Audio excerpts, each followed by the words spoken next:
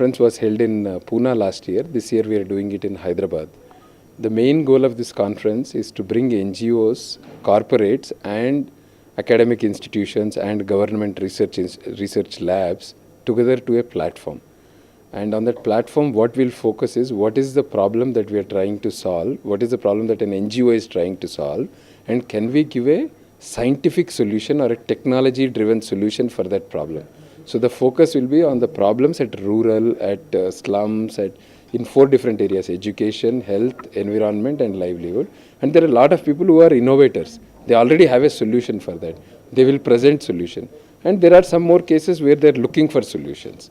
And those things will be discussed. So it will be a 2-day conference, December 12th and 13th at National Institute of Tourism and Hospitality Management in Gachibowli. The conference will be inaugurated by Swami Bodhamayananda and Sri Itla Rajendra on 12th morning.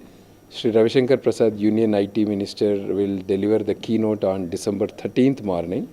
There will be a CEO breakfast where we are inviting 100 CEOs, top 100 CEOs of companies in Hyderabad. 13th evening, we'll have a valedictory ceremony that will be by Sri Bandaru Dattatreya, will be doing the valedictory ceremony. During the 2 days, there will be continuous paper presentations, there will be expo, there will be poster competition, there will be a separate competition for students and professionals.